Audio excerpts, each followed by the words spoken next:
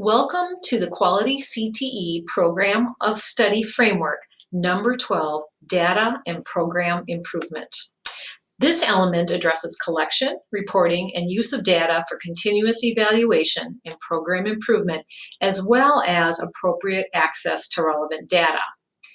This component is going to cover multiple factors from number 12. It will cover A, all stakeholders understand why data are collected, how they will be used, and their value in supporting student success. E, privacy and security protections that adhere to all federal, state, and local privacy laws are in place for data collection, storage, analysis, and reporting. F, educators have access to relevant, valid, and reliable aggregate data on all students participating in the program of study. G, educators have access to relevant, valid, and reliable data disaggregated by gender, race, and ethnicity, and special population status, thus facilitating the comparisons of access and performance among subpopulations and with the general student population and the identification of equity gaps. H, data is shared in an easy-to-understand format with students, parents, guardians, as appropriate, partners, and the public. And then lastly, I, there is a formal process in place for the systematic and continuous use of data, including student access and performance data and program evaluation results for program improvement, including addressing equity gaps. In 2017, Wisconsin Act 59 was adopted by our state, and this does involve career education components. These are the new college and career ready requirements for accountability report cards. As the result, DPI planned to collect student participation or completion of dual enrollment, youth apprenticeship, industry recognized credentials, and advanced placement course performance. All public schools are required to report the CCR data for students in grades 9 through 12. It is important to note that state-endorsed regional career pathway status is not part of Act 59 requirements, but is a broader data collection of CCR and is a part of regional requirements for piloted districts in the Pathway Wisconsin regions. Therefore, the status is only required for piloted districts in the Pathways Wisconsin regions. So, what does that all mean for teachers, for administrators, for your CTE coordinators? Data has really changed, and to be honest with you, CTERS was reported out to districts, and I don't really know if it was utilized really in the right manner of many people thought it would be done for. So I'm going to go through and talk to you a little bit about what it was before, what it looked like, and then show you how it has changed. So the original CTERS that went up to the year 2018 reported it out via a spreadsheet. So I'm going to show you that in a little bit. And I always was concerned with that piece of it because of privacy and security. It is basically a spreadsheet that is floating around. It's got students' identification numbers on there. There's some data, not really secure. And that is very important in our day and time, is that we make sure that everything is very secure. And I think with switching to the system that we currently have does make it more secure for our students' identity. So in 2018 and 19, the CTE data is now pulled from your SIS, which is your Student Information System. So depending on what school district you're at, it might be your Infinite Campus, Skyward, etc. And that can be found in WiseDash through the Career and Education Snapshot. So I'll be showing you some of that shortly. I really think this has been a game changer in data analysis. It made me really see a bigger picture of CTE in our district.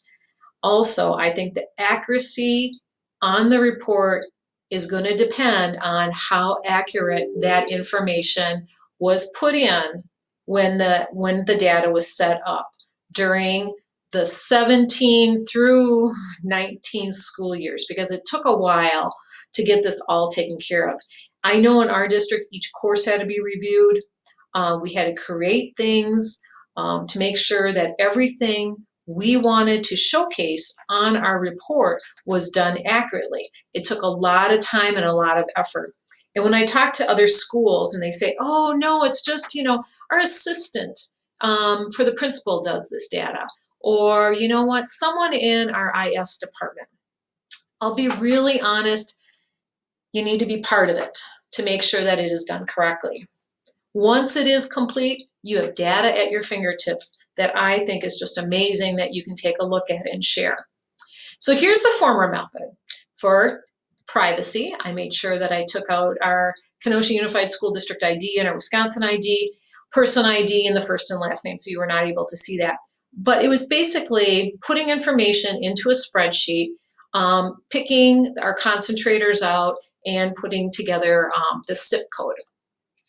What we would do with that information is you could take a look and put together a nice little document. I'll show you, this is one that we had used looking at our 2018 senior CTE concentrators. We took a look at all the concentrators from the pathways. There were some, we wanted to look if there was any duplicates, which we did find. So we had students that had more than one concentration. We also took a look at, hey, so what are the seniors? How many of them are passing at least one CTE course? And then in that school year, how many total CTE course sections were taken by our students? And it gave us that information. We then would take it and break it down a little bit more and say, okay, we have automotive students, we have 53 concentrators. What is our courses within our pathway for that? So that just gives an idea of what you could do with that information, just to take a look at, see if everything is working within your school district. Do you have the right pathways? Is there something you're missing, etc. So here's a new method.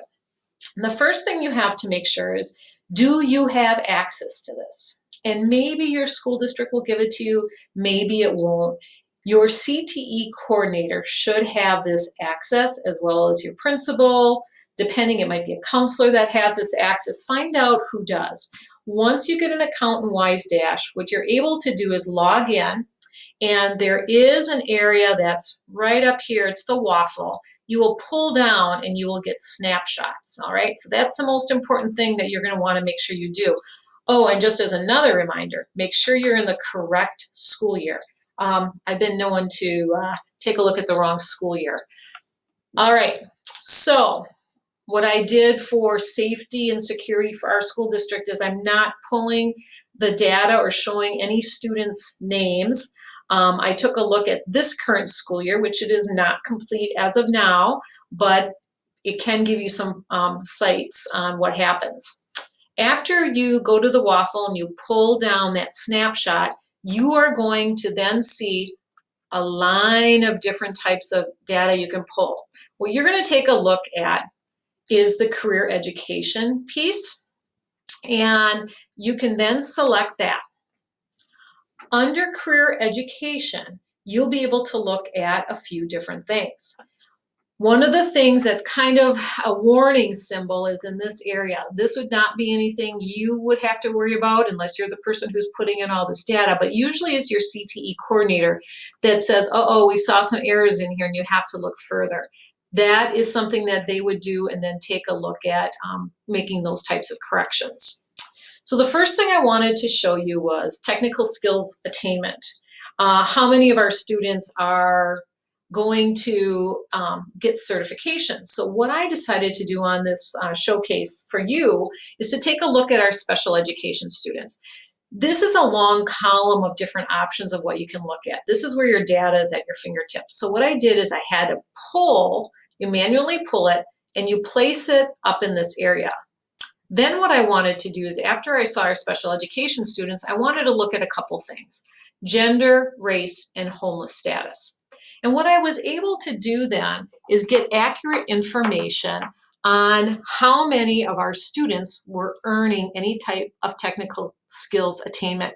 So if you take a look at this, we're going to take a look at our Black students that are not homeless, and there are going to be, we had a total of 15 students that had received certifications during the 18-19 school year, and it does separate them out by disability.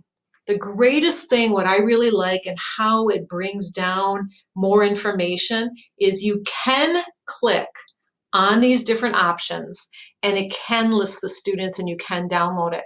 I can't do this right now because I'm not able to show you the names of our students, but this I thought was interesting is female students, Black, who are not homeless, we had received 15 certifications. So then if I say, oh my goodness, what else do I want to take a look at? And I want to see if there's some white students what is a comparison there? In special ed, females was 42 students. Now, when you're looking at equity through many different lenses in school districts right now, you would be able to use this information and grab it at your earliest convenience to just going in here and grabbing this. I took another look at advanced credit, and what I wanted to do is just see how many of our students by grade level and race are taking advanced credit opportunities. So what this shows is it's a total of 5,020 of our students in grades 9 through 12 are taking those types of opportunities for getting some type of advanced credit. We're a large school district, so you're going to see bigger numbers than a smaller school district. And it does pull them out by category of race, what grade level there were, and then of course the total amount. So what do we do with that after? So there's a ton of information that you can get. So what I did is looked at what data does my advisory committees want to take a look at. So first thing I did was just get our school district data. I wanted to take a look at what is our SPED enrollment, in ELL, how many of our students are economically disadvantaged, what is the race makeup of our school district, and then I took and divided it. I wanted to see how many of our students are in grades 9 through 12. So got that number. I also wanted to break it up by 11th and 12th graders because I wanted to look at concentrators. We then went into the system, found out how many of our students were in 942 students that were getting technical skills attainment in grades 9 through 12. And you can see the numbers there. By SPED, we're 83, ELL 28, economically disadvantaged was 270. Then we took a look at the race and saw what was a breakdown for that, how many were homeless, and then we took a look at the gender on that. This kind of was a red flag for us. Take a look at this. Way more males. But when we looked at the types of certifications that our students were getting, basically we're in a lot of tech ed courses. So that's where it's showing that number. When it was brought up to my committee, we kind of thought, well, what are we going to be doing to make sure that our female population was going to be able to get more certifications? These are things that you can take a look at, especially when you are writing Perkins. What is it something that you can program and improve on? And that was a feature that we definitely have looked at. Another thing we looked at were those advanced credits. And where again, our students are taking those. Here the number flipped at the end when we take a look at gender. Definitely more females than males in that category.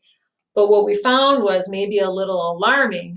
Out of those 5,786 students, right here, our number very much shows that our Blacks are not taking those types of classes for advanced standing. So that is something that we are definitely looking at what we can do to improve those numbers. This last one was the area that really jumped out at us. We wanted to take a look at some CTE data and just overall, what does the makeup look like? And we took a look at how many students we had, 1,662 students that we were taking a look at only in grades 11 and 12, because that's where we were reporting out that data. We usually do that every year just in grades 11 and 12. Of those students, we had 205 in special ed, 108 ELL, and then 705, almost half of our CTE students are economically disadvantaged. And then again, we broke it down to see where our numbers were in that area. How many are homeless? Males, females. Of those 1,662 students, how many were a CTE concentrator? And then what was our flag for for us was youth apprenticeship. We're only in, that year we were in year 2 of youth apprenticeship, and 47 students that were in CTE were in a work-based learning experience. This right here was our flag. Definitely that has been a huge concentrated area that our advisory committees have looked at and how we can increase those numbers for as large of a school district that we are. So the news was this year we did improve that. We have some things in place and definitely are going to be concentrating on that more to have that work-based learning. So why do you need to collect data? Well, you're watching a lot of different videos on how to have the best CTE programs out there. We want to have quality CTE in Wisconsin.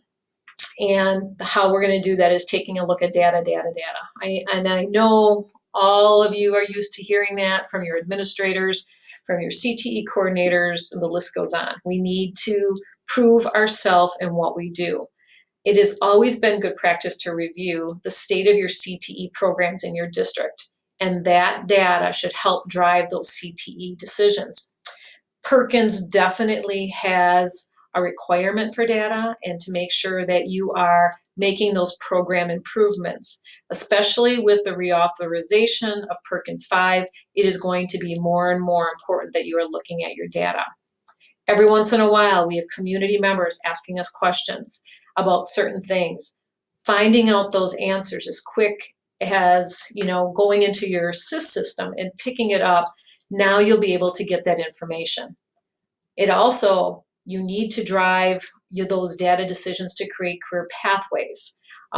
We are part of a regional career pathway network group in southeastern Wisconsin, definitely taking a look at what is our labor market information saying, making sure that we're connecting with those local business partners and our 2- and 4-year university and technical college systems to make sure that we're creating seamless pathways for our students. Again, evidence for your administrators.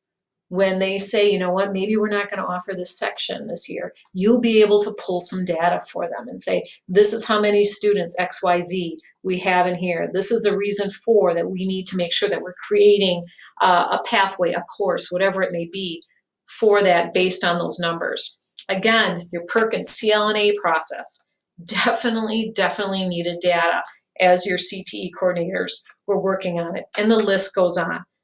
We definitely need to make sure we do that.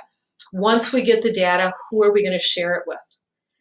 It is going to be your CTE teachers, your counselors, your administration, and committees. So I put down our 2 committees that we have currently in Kenosha Unified School District. We have a steering committee for our youth apprenticeship, and we have a CTE advisory leadership committee that helps drive what we're doing with our CLNA process with Perkins.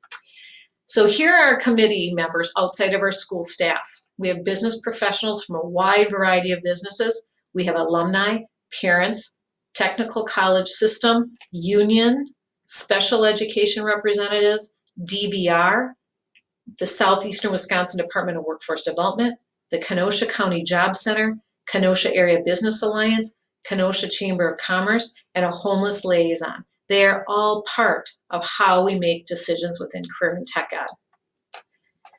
So what can you learn from it? Well, a big focus in our area right now are equity gaps. And that can be anything of gender and non-traditional programs.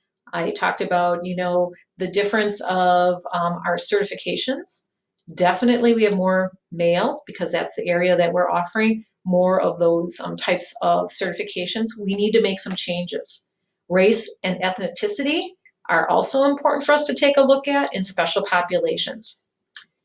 I did mention it can be downloaded with student names, and the reason why I think that's important within your school district is by high school, by CTE team, by department, you can collaborate and take a look at how you are aligning your curriculum to address all students.